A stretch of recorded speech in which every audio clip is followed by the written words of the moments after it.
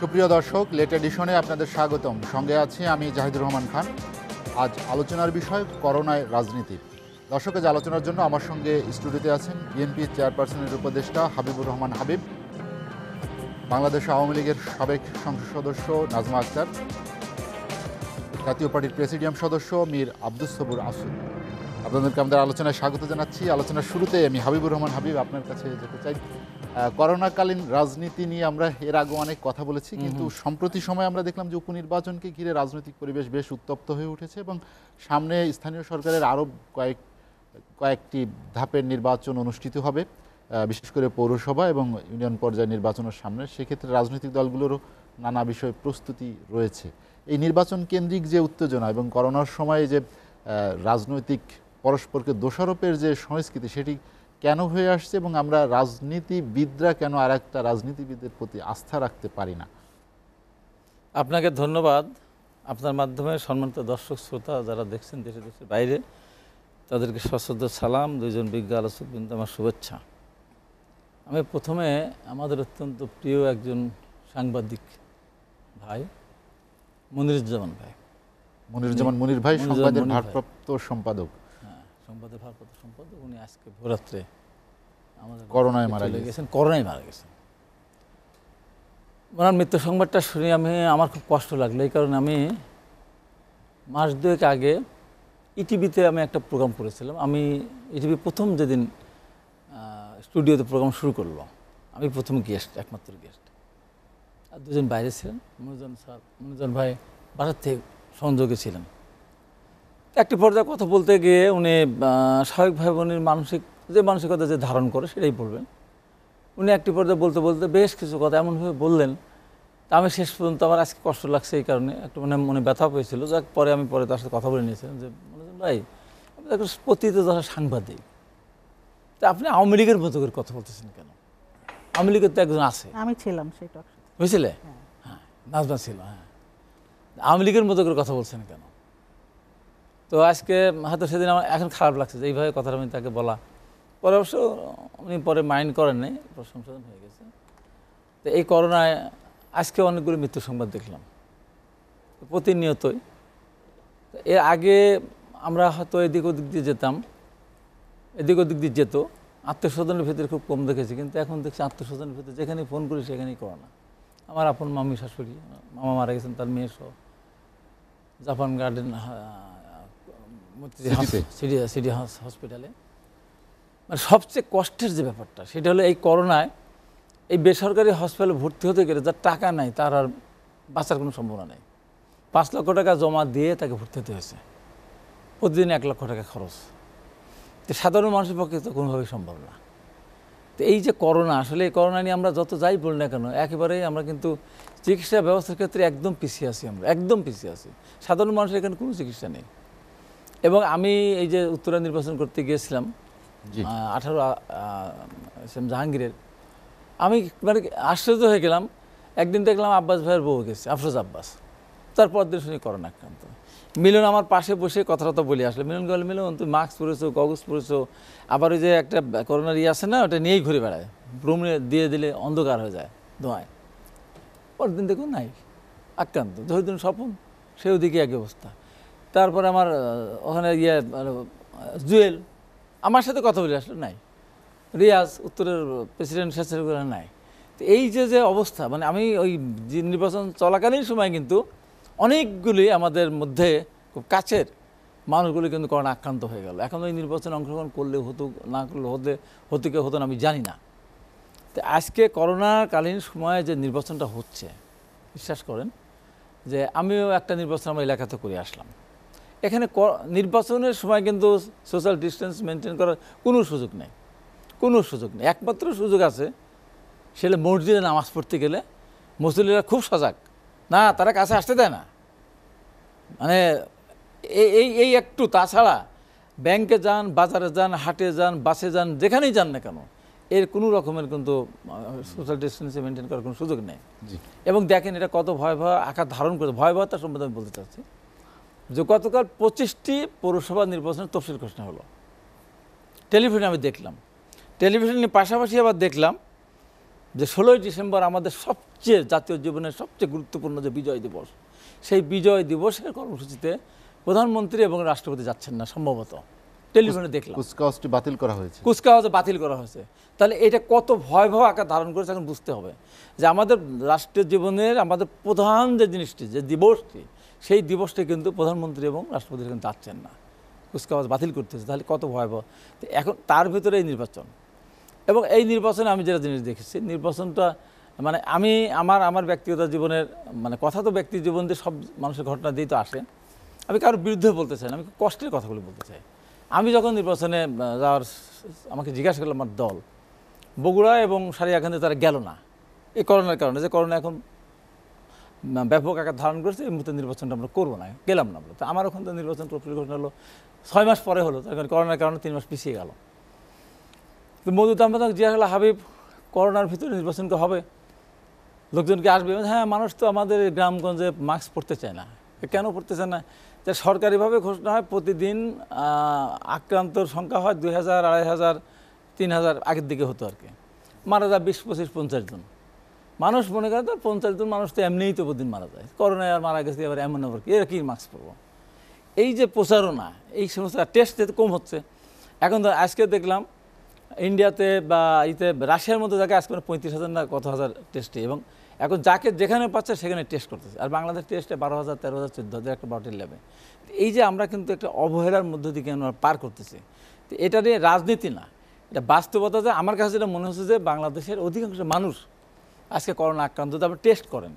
তো আমরা কিন্তু এই জায়গাটা আমরা কিন্তু মেনটেন করতে পারছি। তার ভিতরে আবার কী হচ্ছে দেখেন, করোনায় কোনো কিছু থেমে নেই। এর ভিতরে আপনার চিন্তা করেন, এই যে কালকে একদম ধরা পড়লো 1000 কোটি টাকা নিয়ে, কি সোনা টোনা নিয়ে, মনির কি গোল্ডেন মনির। আবার যুবলীগের 2 জনকে দেখলাম যে আবার 100 কত কোটি টাকা নিয়ে, এরকম আর কি।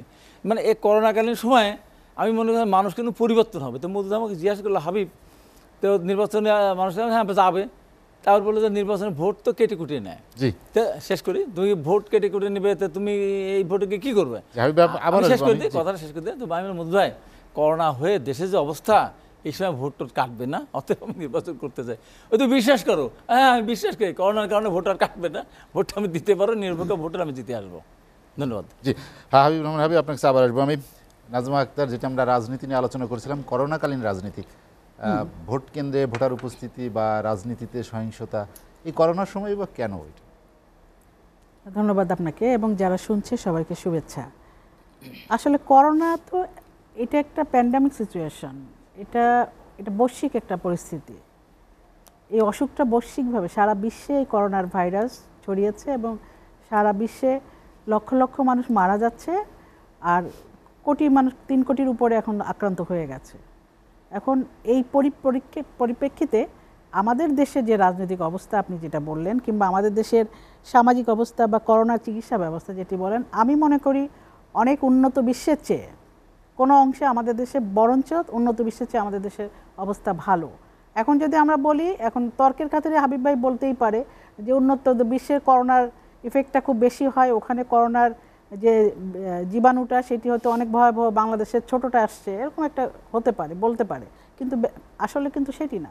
আমাদের দেশে মানুষের হয়তো ইমিউনিটি পাওয়ার যেটাকে আমরা বলি, সেটা যে কোনো কারণে হোক, খেটে খাওয়া মানুষ আমাদের দেশে বেশি, শ্রমজীবী মানুষ, কৃষক যারা রোদে পড়ে ঘামে ঝরে, এবং তারা এখন আমরা দেখি যে অনেক সময় অনেক কিছু খেতে বলে যেটা আমাদের দেশের কৃষকরা খেয়ে থাকে। তো সুতরাং সেই হিসাবে হয়তো আমাদের দেশের স্ট্রেংথটা বেশি। পাশাপাশি আমাদের মাননীয় প্রধানমন্ত্রী জননেত্রী শেখ হাসিনা কিন্তু এই করোনার যখন শুরু হলো মার্চের 8 তারিখ থেকে, তারপর থেকে কিন্তু ব্যাপক কর্মসূচি উনি এটা যাতে বিস্তার লাভ করতে না পারে, উনি ব্যাপকভাবে এটি পর্যবেক্ষণ করেছেন। উনি প্রশাসনকে সচল রেখেছেন।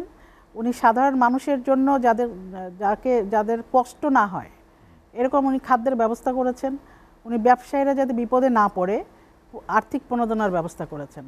এমন কোনো সেক্টর নাই যে সেক্টরে উনি বরাদ্দ দেননি। তো সুতরাং আমাদের দেশের যোগ্য প্রধানমন্ত্রী জননেত্রী শেখ হাসিনার তার দক্ষতা এবং তার যে একজন দক্ষ রাজনীতিবিদ এবং যেইভাবে উনি সারা বাংলাদেশের প্রশাসনকে ম্যানেজমেন্ট করেছেন, যেভাবে দায়িত্ব বন্টন করেছেন, সচিবদেরকে এক একটা জেলার দায়িত্ব দিয়েছেন, পাশাপাশি জনপ্রতিনিধিরাও তাদের সাথে কাজ করেছে। আর করোনাকালীন সময়ে বাংলাদেশ আওয়ামী লীগের প্রতিটি নেতা এবং কর্মী কিন্তু মাঠে ছিল। শুধু মাঠের কথা আমি কেন বলবো, একেবারে মানুষের, সাধারণ মানুষের পাশে ছিল।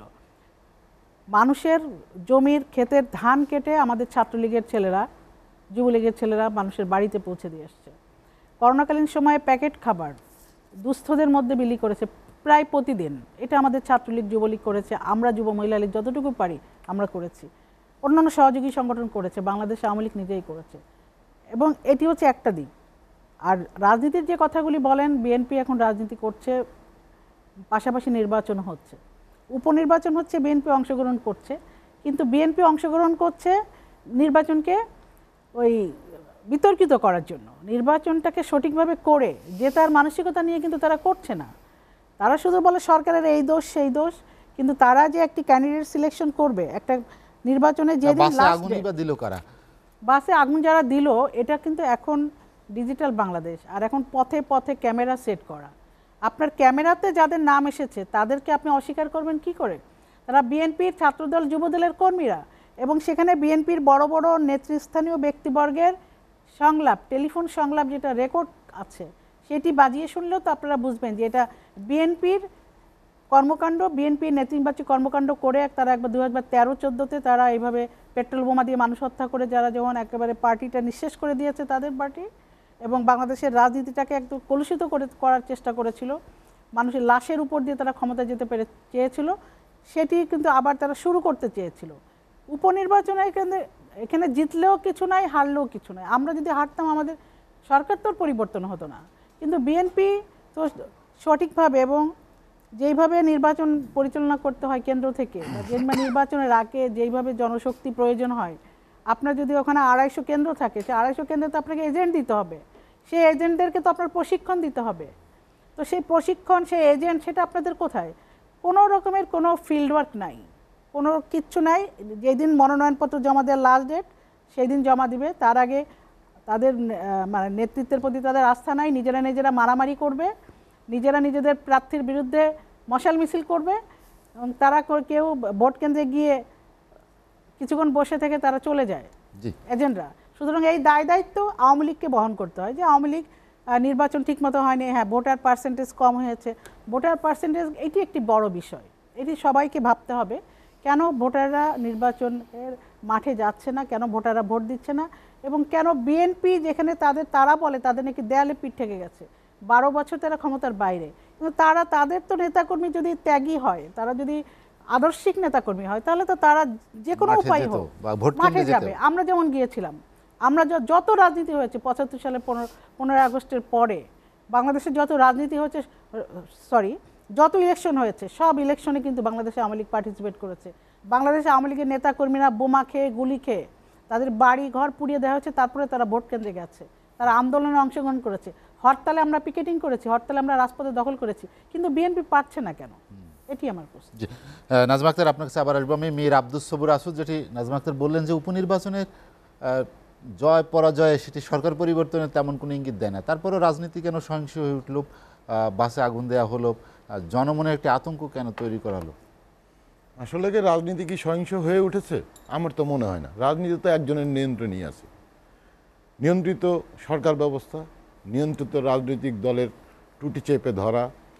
বা তাহলে কি আপনি বলতে চাচ্ছেন যে জাতীয় পার্টি নিয়মতান্ত্রিক বিরোধী দল হিসেবে কি নিয়ন্ত্রিত? অবশ্যই, এ ব্যাপারে কোনো সন্দেহ নাই, কারণ নিয়ন্ত্রণের বাইরে বাংলাদেশে এখন কিছুই নাই। আমাদের বিশেষ করে নাজমা আপার বক্তব্যতে আওয়ামী লীগের অনেকগুলো গুণকীর্তন আছে এর মধ্যে, এবং এর মধ্যে সবচেয়ে বড় গুণকীর্তন হলো আমার দেখা মতে 70-এর নির্বাচন থেকে অদ্যবধি যতগুলো নির্বাচন হয়েছে, সেই নির্বাচনে কোনো নির্বাচনে 5% ভোট কাস্ট হয়নি। আমি বলবো না সবগুলো নির্বাচন অবাধ, সুষ্ঠু, নিরপেক্ষ হয়েছে, কিন্তু 5% ভোটের রেজাল্ট কোনো নির্বাচনেই পাওয়া যায়নি। সেটা আপনি 15ই ফেব্রুয়ারি নির্বাচন বলেন, অথবা 5ই জানুয়ারি নির্বাচন বলেন, অথবা আমাদের সময় নির্বাচন বলেন, এরকম 40, 50, 60%-এর নিচে কখনো ভোট কাস্ট হয়নি, বরঞ্চ 80%ও ভোট কাস্ট হয়েছে। আচ্ছা, করোনাকালীন সময়ের কথা বলবেন, আজকে আমেরিকার প্রেসিডেন্ট নির্বাচন কত পার্সেন্ট ভোট কাস্ট হয়েছে? করোনার জন্য ভোটার আসতেছে না তা কিন্তু না, ভোটার যেগুলো আসতেছে সেগুলো কিন্তু একটি মার্কার দিকেই ধাবিত করা হচ্ছে। এবং সেই ক্ষেত্রে আমার জানা মতো আমিও নির্বাচন করেছি, হাবিব ভাইও নির্বাচন করেছে, আমরা দেখেছি আমাদের এজেন্টের কাগজ ছিঁড়ে তাদেরকে বের করে দেওয়া হয়েছে। পক্ষান্তরে সরকার ব্লেম দিচ্ছে যে আমরা নাকি এজেন্টই দিইনি।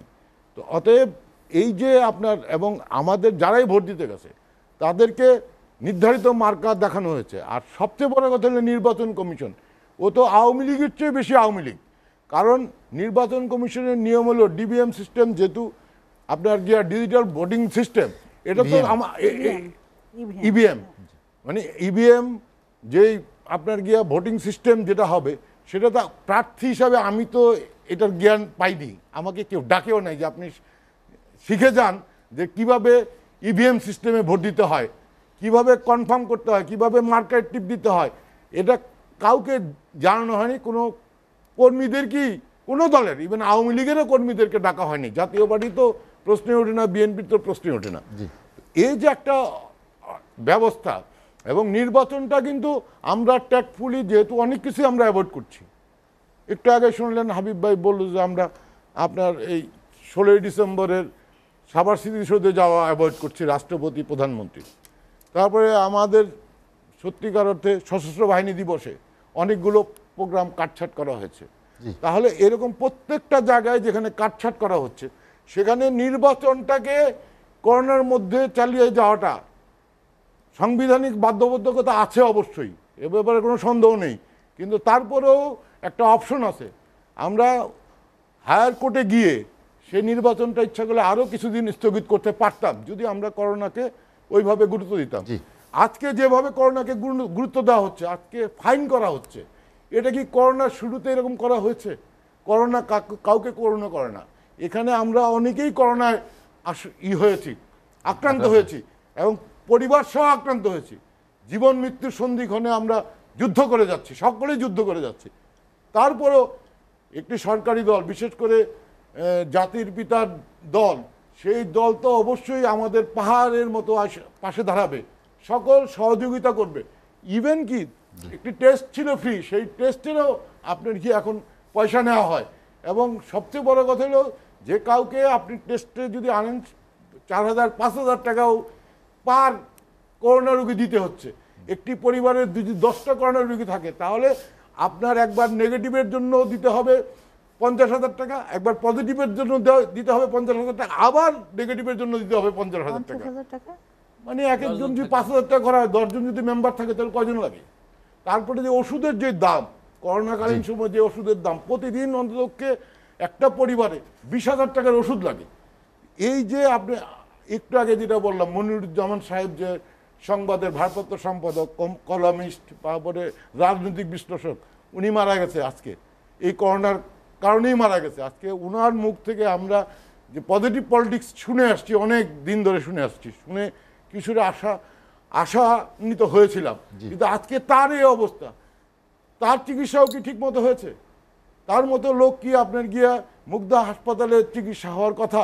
মন্ত্রীরাও তো মারা গেছে, আমি যেটা বলতেছি, মন্ত্রী মারা গেছে, এমপি মারা গেছে, প্রত্যেকটা রাজনৈতিক দলের নেতারা মারা গেছে, সাবেক মন্ত্রী, বর্তমানে চিকিৎসা সবার জন্য সমান। বর্তমান না, সেটা না, কথা হলো ব্যবস্থাগুলো যেগুলো আমাদের নেওয়া দরকার ছিল, আমরা যেভাবে সরকারের যেভাবে সুনাম গাই সেই হিসাবে আমরা ওই ব্যবস্থাটা চোখে পড়ে না আমাদের কাছে।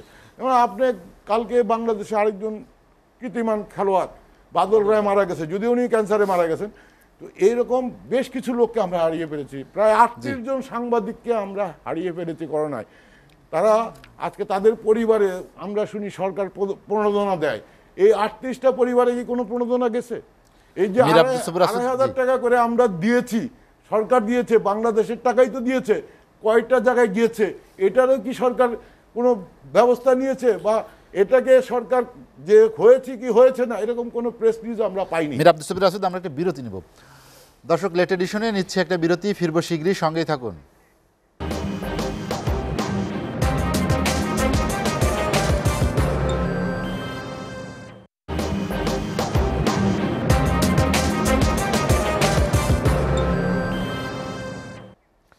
দেখছেন এসএটিভির রাতের আয়োজন লেট এডিশন। বিরতির পর আমরা আবারও ফিরছি আলোচনায়।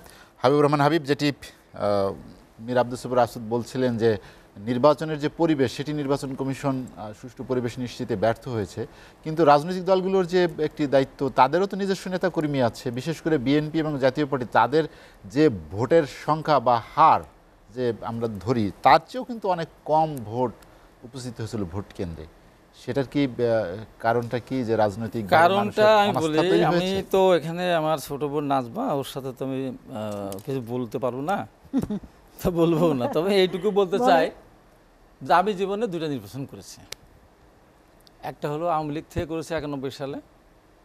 96 সালে আওয়ামী লীগের ওই আসনে ভোট ছিল 17,000। আমি যখন 91 সালে পড়ি, সেখানে জাতীয় রব, জাতীয় পার্টি, জামাতের একটা অংশ মিলে ভোট দিয়েছিল। আমি ভোট পেয়েছিলাম 41,000, বিএনপি ভোট পেয়েছিল 48,000 মতো। আরেকটা নির্বাচন করেছে আমি স্বতন্ত্র 2001 সালে। বিএনপি আমাকে বহিষ্কার করছিল, আমি ভোট পেয়েছিলাম 64,000। 2টা নির্বাচন করেছি। আর 2018 সালের নির্বাচনে তো আমি হাসপাতালে ছিলাম। বিএনপি বহিষ্কার করছিল? আবার বিএনপি পরে পরে বহিষ্কার করলো, জোটের কারণে আমাকে নমিনেশন দিতে পারছিল না, যেটা আমি স্বতন্ত্র করছিলাম। 64,000 ভোট পেয়েছিলাম।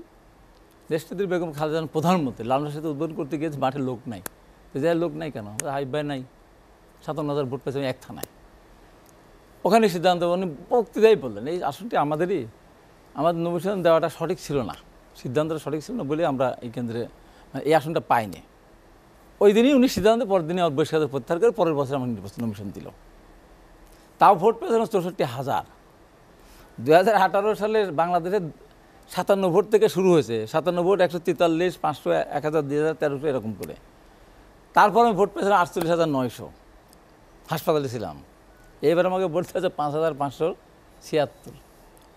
সেই ভোট নিয়ে যখন আজকে টেলিফোনে দেখতে, মানে কষ্টে, লজ্জায়, দুঃখে মরে যেতে ইচ্ছা করে। গতকাল দেখলাম আমার সাথে যিনি সেক্রেটারি ছিলেন অসীম কুমার রুকে, সে বলতে চাই না হাবিব ভোট কেন্দ্রে যায় না, বাড়িতে বসেছিলেন। আমার চেয়ে সাহসী মানুষ বাংলাদেশে খুব বেশি আছে, খুব বেশি আছে রাজনীতিতে। শারীরিক শক্তি সম্পন্ন লোক খুব বেশি আছে।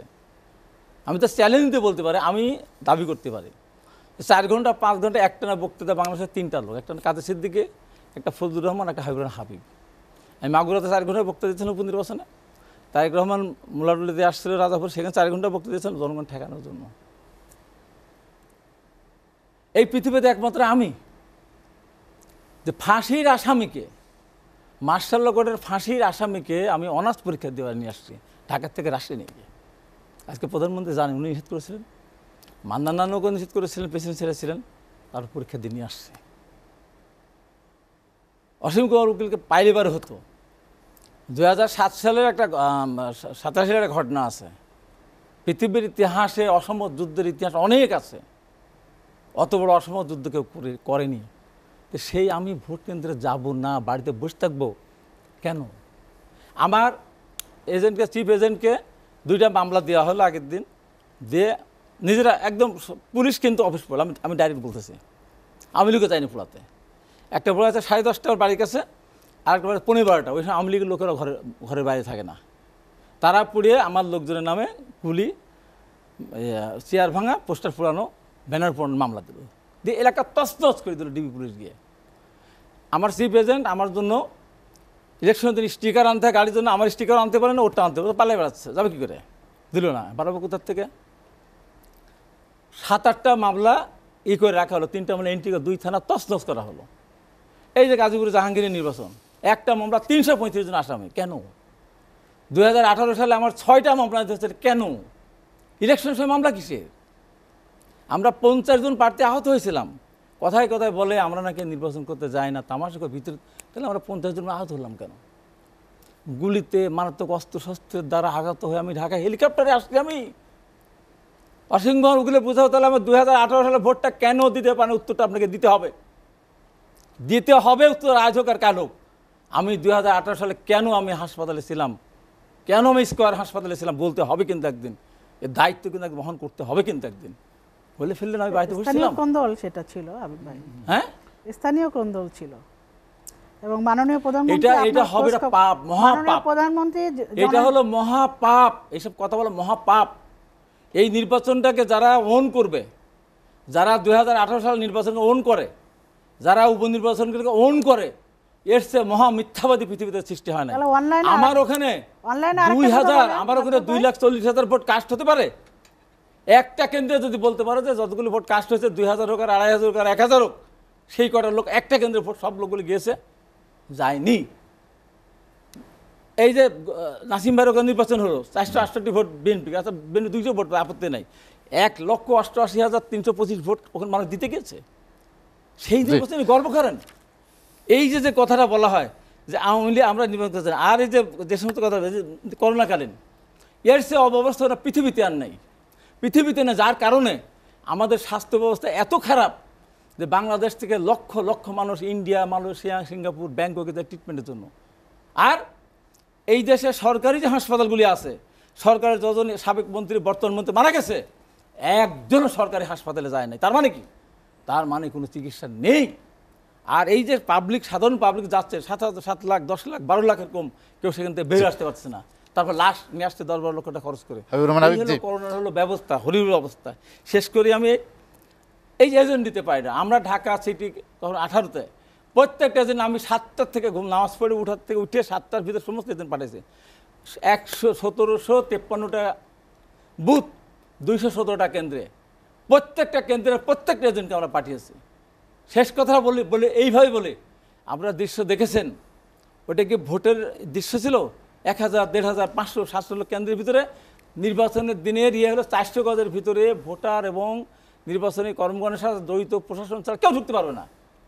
ইলেকশনের দিনে, ইলেকশনের কেন্দ্রের ভিতরে 17 মানুষ স্লোগান দিচ্ছে। কি জাহাঙ্গীর ঢুকতে গেছে, তাকে বাধা দিয়েছে, ঢুকতে দেয়নি।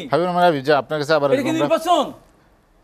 এই নির্বাচন যদি উপজেলাতে, এই যে প্রশাসন নির্বাচন হবে, আমার ওখানে উপজেলা নির্বাচন হচ্ছে 2টা, মারা গেছে একজন আর একজন হলে আমার যে আজমানুর সুজন প্রফেসর অত্যন্ত মেধাবী একজন ছাত্র ছিল, টিচার ছিল, এখন সেই তাকে হুমকি দেওয়া হচ্ছে, জিতবেন না তো, কেটেই তো নেবো, খামাখাই পয়সা করে খরচ করে লাভটা কি, পারে জান কেন? হাবিবুর রহমান হাবিব, আপনার কাছে আবার আসবো আমি। নাজমা আক্তার, যেটি হাবিবুর রহমান হাবিব বললেন যে নিয়ন্ত্রিত ব্যবস্থার মধ্য দিয়ে নির্বাচন, আসলে কি বাস্তবতা সেরকম? শুনেন, নিয়ন্ত্রিত ব্যবস্থা আমরা বলেন তো, হাবিব ভাই কি বলতে পারবে যে বাংলাদেশে কখন, কোন সময়ে এত সুন্দর ইলেকশন হয়েছিল, যে ইলেকশনের উদাহরণটা উনি দিতে পারবেন? ইলেকশন হলে পাল্টাপাল্টি হবে, ইলেকশন হলে পাল্টা মিছিল হবে, পোস্টারিং হবে, কোনো কোনো জায়গায় একটু হালকা মারামারিও হবে, আবার সবাই নির্বাচন কমিশন এটাকে অ্যাড্রেস করবে, মিটাবে, রাজনৈতিক দলগুলো নিজেরা নিজেদের মতন তাদের শক্তি সঞ্চয় করবে, বলবে যে আমরা মাঠে আছি, আমরা বলবো। এটা তো আমাদের এই উন্নয়নশীল দেশগুলোতে এরকমই হয় নির্বাচন। এখন আপনি কোন দেশের উদাহরণ দেবেন? আপনি যদি এখন আমেরিকার উদাহরণ দেন, তাও তো আমরা মনে করবো যে না, আমরা ওই নির্বাচনে যেতে চাই না। কিংবা পার্শ্ববর্তী দেশ, সেখানেও তো ইভিএমে নির্বাচন হয়, সেখানেও কিন্তু অভিযোগ আসে। এখন নির্বাচনে হাবিব ভাইদের 18 আসনের ক্যান্ডিডেট কেন এত নিস্তেজ ছিল আমরা ঠিক জানি না। প্রথমে উনি বেশ সরব ছিল, পরে কি কারণে, কি জন্য উনি একেবারেই মনে হলো যে উনি নিজেই আওয়ামী লীগ হয়ে গেছে, কি কারণে আমি জানি না, এটা খোঁজ করে দেখবেন আপনারা, কি কারণে উনি আওয়ামী লীগের মতো আচরণ। যাই হোক, আর হাবিব ভাই বললেন, হ্যাঁ হাবিব ভাই আহত হয়েছিল গত নির্বাচনে, নির্বাচন কেন্দ্রিক সংঘর্ষে বা সহিংসতায়। এবং হাবিব ভাই অনিয়ারে আরেকটি কথা বলা উচিত ছিল, যে আহত হওয়ার পর থেকে মাননীয় প্রধানমন্ত্রী জননেত্রী শেখ হাসিনার কানে যখন কথাটা এসছে, প্রধানমন্ত্রী তখনই নির্দেশ দিয়েছেন প্রশাসনকে তাকে উদ্ধার করে হেলিকপ্টারে করে ঢাকায় এনে চিকিৎসা করানোর জন্য। এটি হাবিব ভাই বললে আমার মনে হয় ভালো হতো। আপনি এখন বিএনপি করেন, তাতে কি আছে? আপনি তো একসময় আমাদের প্রিয় নেত্রী জননেত্রী শেখ হাসিনার খুবই আস্থাভাজন ছিলেন, বিশ্বস্ত ছিলেন, আপনি আমাদের নেতা। হ্যাঁ, আপনি আমাদের নেতা, হ্যাঁ বলেছেন। এটা এই সঙ্গে এটা আসলে এটা বললে হবে কি, আমরা মনে করি যে না, মাননীয় প্রধানমন্ত্রী আসলেই বঙ্গবন্ধুর কন্যা। উনি সব দলের নেতাকর্মীদের, বিশেষ করে আপনি যেহেতু একসময় ছাত্রলীগ করেছেন, আপনার প্রতি একটি বিশেষ তার একটি মানে টার্ম থেকেই উনি কিন্তু এই কাজটা করেছেন, আপনাকে সেভ করার চেষ্টা করেছেন। মহান আল্লাহ রাব্বিল আলামিন তো মানে আপনাকে বাঁচিয়েছেন। সেই হাবিব ভাইয়ের নামে একটা গোলচক্করের নামও দিতে পারে মাননীয় প্রধানমন্ত্রী। হ্যাঁ, মেবি যারা প্রধানমন্ত্রীর সাথে ছিল তারা তার থেকে দল চেঞ্জ করার পরেও আপনার এই সম্ভবত সিরাজগঞ্জে কোন গোলচক্করের নাম প্রধানমন্ত্রী আপনি বলেন। ইভিএম এ ভোট দেওয়ার কথা আসিফ ভাই বলছে, যে ভোটটা আগে শেখানো হয়নি কেন?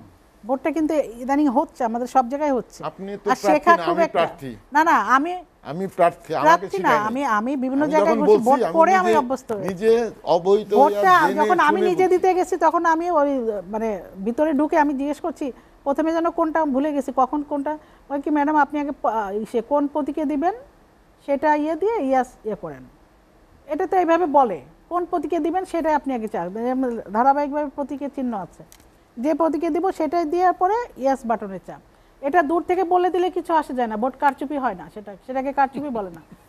এখন আমি জানি না তারা তাদের তাহলে সেই ধরনের ডকুমেন্ট নিয়েই কথা বলা উচিত ছিল, বা নির্বাচন কমিশনকে তাদের এই যে নির্বাচনী অব্যবস্থা বা কারচুপির যদি কিছু হয়ে থাকে, না না আপনি জানাবেন না লিখিতভাবে। আসিফ ভাই এটার অবসান চাই, আমিও ব্যক্তিগতভাবে চাই। ডকুমেন্ট সহ আপনি যদি নির্বাচন কমিশনকে জানাবেন, নির্বাচন কমিশন প্রয়োজন কোনো জায়গায় যদি প্রয়োজন মনে করে সে নির্বাচন সেইটুকু সে বাতিলও করতে পারে। আল্লাহর রহমতে নির্বাচন কমিশন 2 শব্দ আমার চিঠির জবাবও দেয়নি। আচ্ছা আমি আরেকটা কথা বলি, 5% ভোট আমরা জীবনে আমার জীবনে আমি দেখেননি, আপনার জীবনে আপনি দেখেন নাই কোথাও। আমরা কেন হলো এই 5%, যেটা হচ্ছে ধানমন্ডিতে, হ্যাঁ ওই তো হলো, কিন্তু এটা আসলেই আমাদের কাম্য না, কোনো রাজনৈতিক দলের জন্যই কাম্য না। তার মানে কি 5% তো আমি কি মনে করবো যে আপনাদের 5% জনসমর্থন নাই? আমি আমাদের কথা বলি না, আমি বলি আমাদের তো 40%-এর মতো একটা নির্ধারিত ভোট আছে, আপনাদের 40% বিএনপির ভোট আছে, 30% কনফার্ম আছে না 30% কনফার্ম আছে, বাকিটা আসিফ ভাই আমাদের 30%ও যায় নাই, তাদের যদি 20-22% থাকে তারাও যায় নাই, আপনার যদি 10% থাকে তাও যায় নাই। এইটা দোষ কিন্তু শুধু আওয়ামী লীগের উপর দিলে হবে না, শুধু সরকারের উপর দিলে হবে না, প্রত্যেক রাজনৈতিক দলকে আপনার ভোট দেওয়াই যায় না। আচ্ছা জোর করে আসতে হবে কেন, জোর করে আনতে হবে কেন? ভোটাররা তো এমনিতেই ভোট দিতে আসবে। আপনি নিজে বললেন, আপনাকে বলেছে যে বাটন টিক দিতে দিবেন তারপরে আপনি কনফার্ম করবেন, কিন্তু আমাদেরকে এরকম কেউ কথা বলে ভোট যদি নিয়েই নেয় বা বাটন দিয়েই দেয় চাপ দিয়েই, তাহলে সেক্ষেত্রে পার্সেন্ট তো আরো বাড়ার কথা। তিনটা নিয়ম আছে। প্রথম হলো আপনাকে ফিঙ্গার, প্রথম আপা বলছে যে ফিঙ্গার দিতে হবে, ফিঙ্গারিং দিতে হবে, তারপরে আপনার আসিফ ভাই আমাকে শেষ করতে দেন। ফর ইওর কাইন্ড ইনফরমেশন, প্রথমে আমার আইডি কার্ডের সঙ্গে আমার নাম উঠছিল না, আমি কয়েকটা বুথে ঘুরছি যে আমার এই কেন্দ্রে ভোট নাই, 6টা-7টা কেন্দ্রে ঘোরার পরে আমি আসলে টায়ার্ড, আমি তাহলে কি আমার ভোট, আমার গতবার তো আমি ভোট দিলাম, কোন কেন্দ্রে দিই, আমি বললাম যে ওখানে দিছিলাম, পরে আবার ওখানে গিয়ে পরে এরকম দেওয়ার পরে তখন আমারটা ম্যাচ হয়েছে, আমি তো 7 জায়গায় ঘুরছি, ভোট নাই। ম্যাচ হওয়ার পরে ম্যাডাম আপনার তো এই কেন্দ্রে ভোট, 3 নম্বর সেক্টরেরটা এই কেন্দ্রে, আমি সেখানে তারপরে ম্যাচিং করার পরে তারপরে ভিতরে ঢুকে ফর্মালিটি যেগুলি আছে, তারপরে বুথে ডার্ক রুমে ঢুকে আমি নিজে কনফার্ম হওয়ার জন্য, আচ্ছা আপনারা একটু বলেন তো প্রথমে কি করতে হবে যেন? ম্যাডাম প্রথমে মার্কায় চাপ দিবেন, কোন মার্কে আপনি ভোট দিবেন, তো এটা জানার জন্য তো বলাই যায়, আপনি যদি বলেন আপনাকেও বলবে, তার মানে আপনাকে তো বলেন নাই যে আপনি নৌকা মার্কায় চাপ দেন, সেটা তো বলেন। নির্বাচন কমিশনের উচিত ছিল ক্লাস নেওয়া, না না এখানে তো ভোট কাটার তো সেরকম কোনো বিধান নেই, এজেন্টদের ক্লাস নেওয়া আর আগে তো এখন এটা যদি আপনি অবসান চান সকালবেলা ভোট কেন্দ্রে কিন্তু নির্বাচন কমিশনে দিলে ভালো হয় না, সেটা আমাদের পার্টি অফিস থেকে আমিও মনে করি যেটা এগুলি দেওয়া উচিত এবং এগুলি নিয়ে আরও গবেষণা করা উচিত, কেন ভোট কেন্দ্রে মানুষ যাচ্ছে না, এবং আরও ডিজিটাল বাংলাদেশের এই যুগে অন্য কোনো পদ্ধতিতে সামনের বারে যে ভোট ঘরে বসে ভোট দেওয়া যায় কিনা, বা অন্যরা যে ব্যালট পেপারটাকে করে ডিজিটাল ব্যালট পেপার সেরকম কিছু করা যায় কিনা, বা পোস্ট করা যায় কিনা, পোস্ট বক্স যেটা আমেরিকাতে আমরা দেখলাম যে মানে পোস্টাল আগাম ভোট করা যায় কিনা, সবকিছু মিলে আমাদের কিন্তু ভাববার অবকাশ আছে। কারণ আমরা শুধু যদি বলি আওয়ামী লীগ এটা করতে দেয় না, আওয়ামী লীগ কোথায় বাধা দিল? আপনি ছবি তুললে তো আনতে পারলেন না, বাধা দেয়নি তো। তালুকদার সাহেব নির্বাচন কমিশনার তালুকদার সাহেব নির্বাচন যদি আপনি মানে বাতিল চাইতেন, আপনি তো একটা রিট করতে পারতেন হাইকোর্টে, আপনি করেননি তো, আপনি নির্বাচন করোনাকালীন সময় আপনি ইচ্ছাও করছেন না, আপনি ভোট করবেন, আবার মামলা কেন হলো না? এখন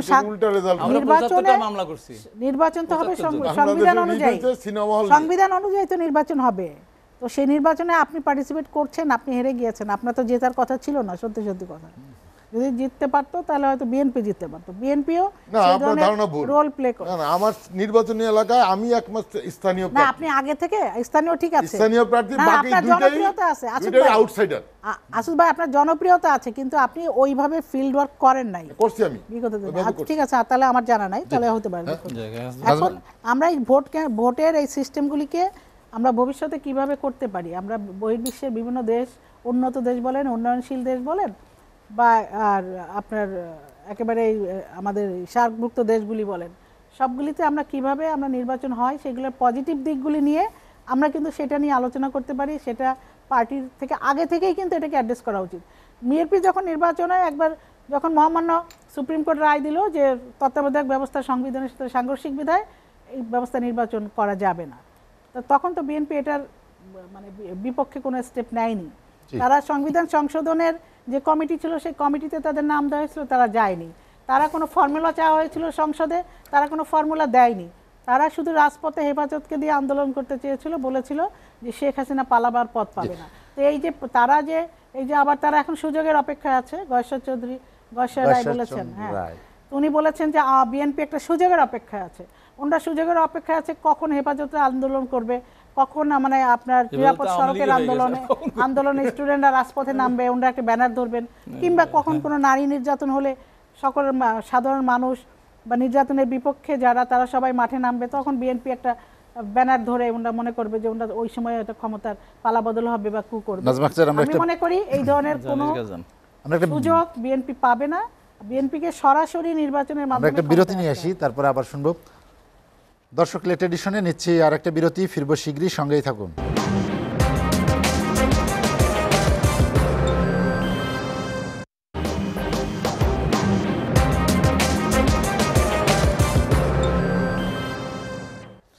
দেখছেন এসএটিভির রাতের আয়োজন লেট এডিশন। বিরতির পর আমরা আবারও ফিরছি আলোচনায়।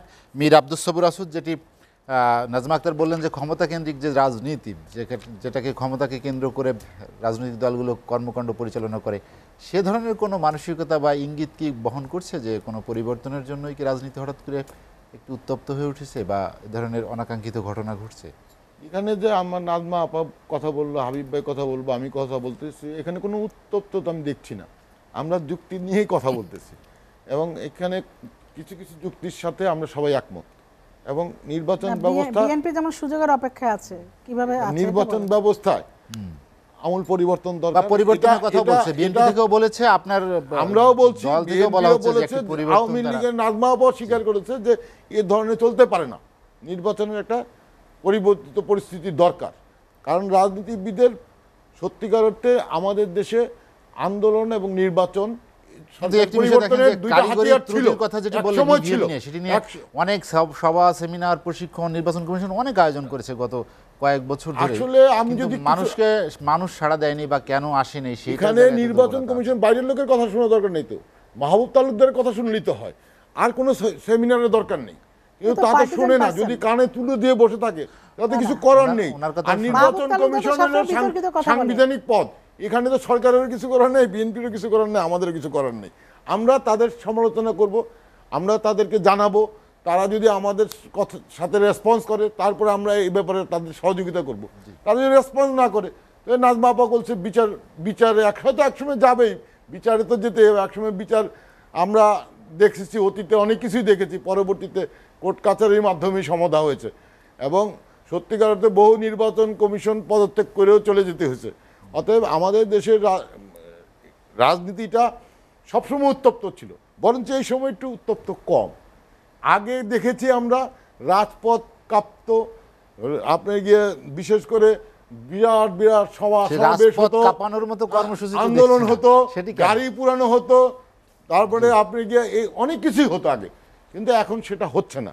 এটা কর্মীদের সচেতনতার কারণে হয়েছে, অথবা সরকার এত বড় এত শক্তিশালী, সরকার এত শক্তিশালী যে সরকার যেদিন নির্বাচন হয়, সেদিন উপনির্বাচন হয়, সেদিনকে 12টা গাড়ি পুড়ে ফেললো সকাল থেকে বিকালের মধ্যে। সরকারের যে ফোর্স, ল এনফোর্স, যে যারা নির্বাচনের সময় দেখি যেভাবে তৎপর থাকে, তার যদি কিয়দংশ তৎপর থাকতো তাহলে মনে হয় একটা গাড়িও পুরো পারতো না।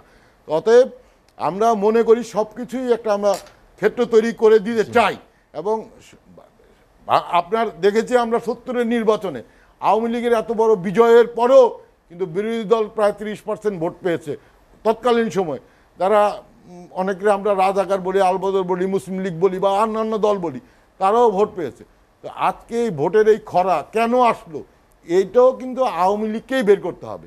এবং আওয়ামী লীগের যেই অবস্থা দেশে, আওয়ামী লীগের ধরেন মনে করেন পার্লামেন্টে দেখা গেছে যে বিএনপির মাত্র 60টা সংসদ সদস্য, তাতেই মানে আওয়ামী লীগ অ্যাড্রেস করলে বিএনপির কথাই বলে, অন্য কোনো রাজনৈতিক দলের কথা কিন্তু বলে না।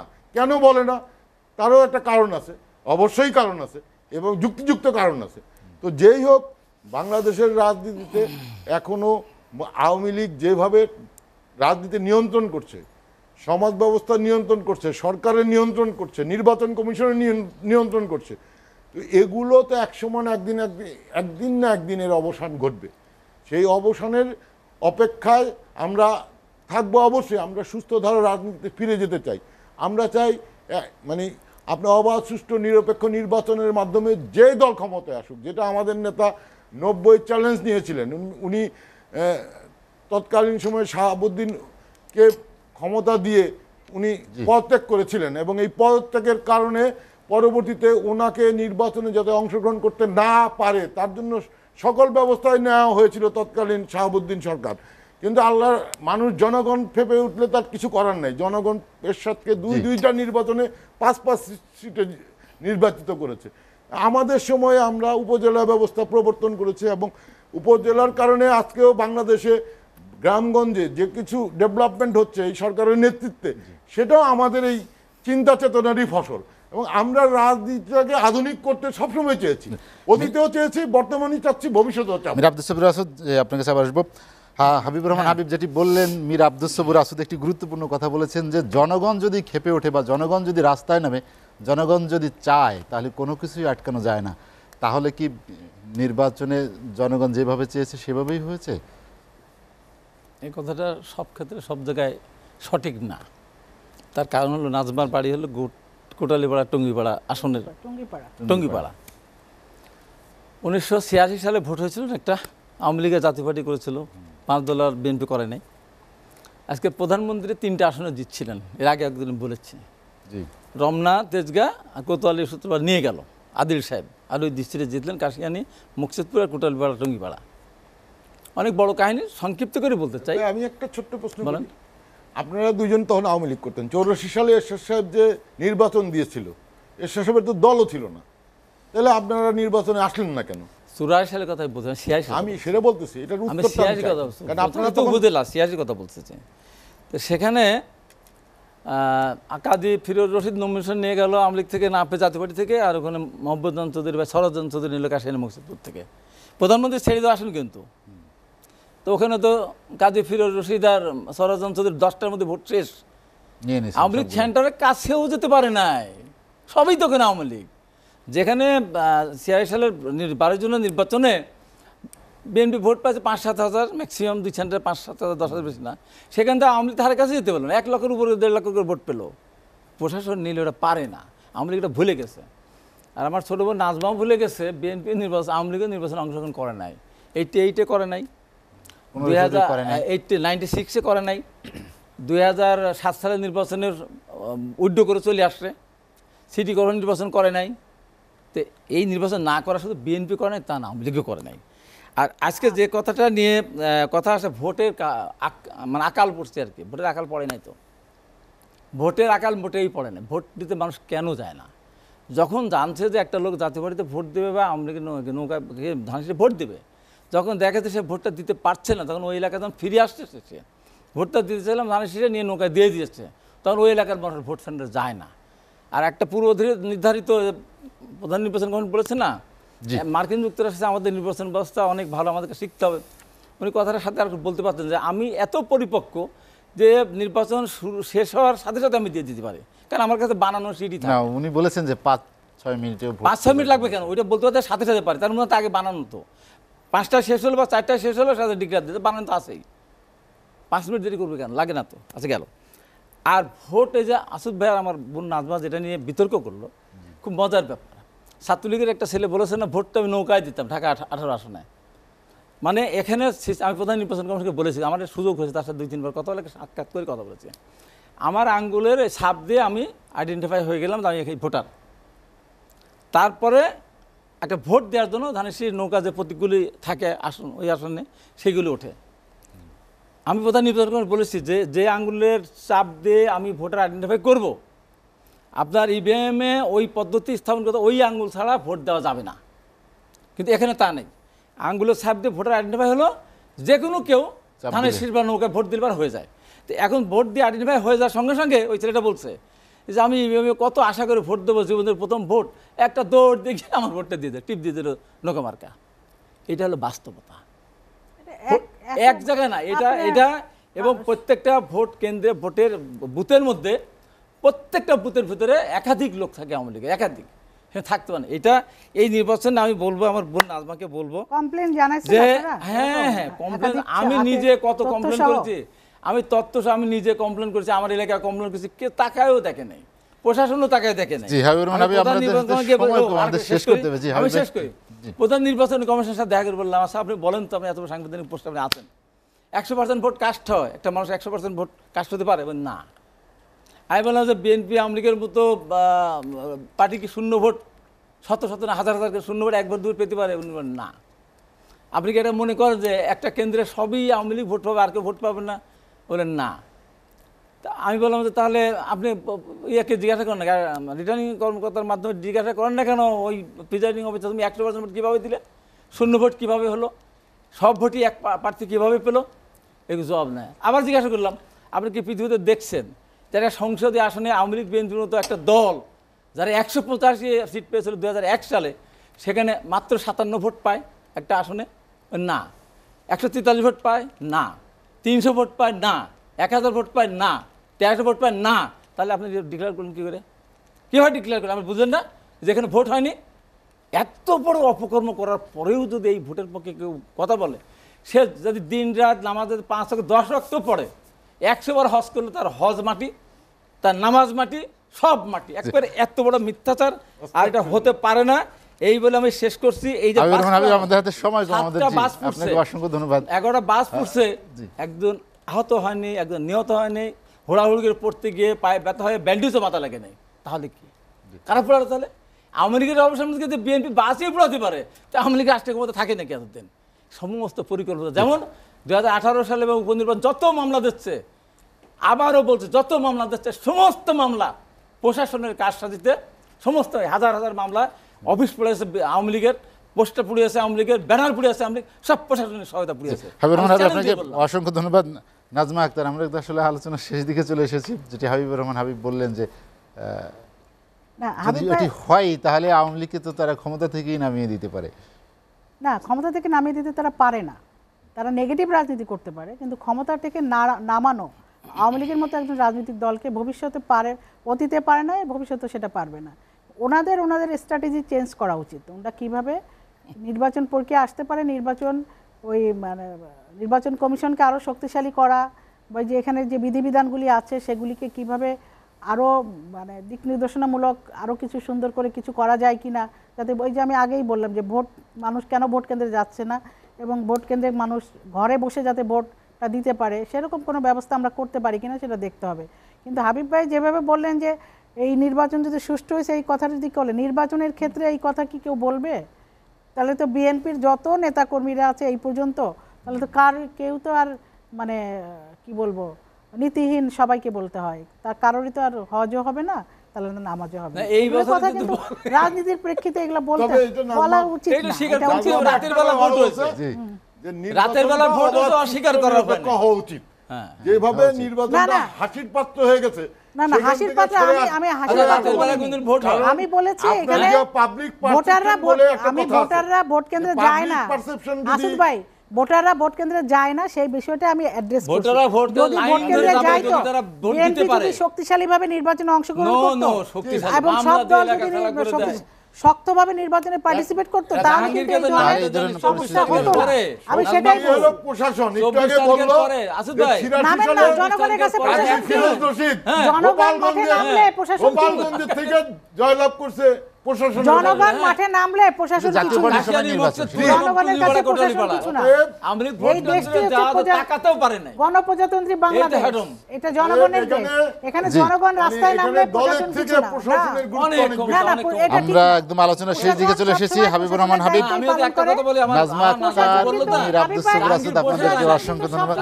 হাজার হাজার মানুষ ভোট করেছে, বিশ্বাস করে নাজমা জানে যে সেখানে 25 তারিখের পর থেকে জাহাঙ্গীরকে কোনো জায়গায় যেতে দেন, পুলিশের পারমিশন নিয়ে মিটিং করতে যাবে, যেখানে যাবে এখানে আগে জাহাঙ্গীর কোনো ফ্যাক্টর না ভাই। যেতেই পারে না। এখানে জাহাঙ্গীর কোনো ফ্যাক্টর না, আমিও কোনো ফ্যাক্টর না, বা আপনি কোনো ফ্যাক্টর না। আমাদের নির্বাচনী ব্যবস্থায় মার্কা হলো ফ্যাক্টর। উনি ওনার অন্য কোনো মার্কার কাহিনী ইতিহাস আছে কিনা দেখলে সেটা দেখেন। যে মার্কার যতটুকু ভোট পাওয়া দরকার ততটুকু পাওয়া জি, উচিত। আমাদের হাতে সময় কম, আমাদের আলোচনা শেষ জাহাঙ্গীর করতে সাহেব হচ্ছে। বের হয়ে মীর আসতে আব্দুল চাইলে সবুর আমি আসিফ, বের হাবিবুর হয়ে রহমান আসি। হাবিব এবং নাজমা আক্তার, আপনাদেরকে জাহাঙ্গীর আবারও সাহেব। অসংখ্য ধন্যবাদ জানাচ্ছি। বের হবে না কেন? দর্শক ও নিজে জানিয়ে নিজে রাখি, লেট এডিশন পুনঃপ্রচার হয় সকাল 8টায়। আজ এ পর্যন্তই। ভালো থাকুন, সুস্থ থাকুন, এসটিভি সঙ্গেই থাকুন।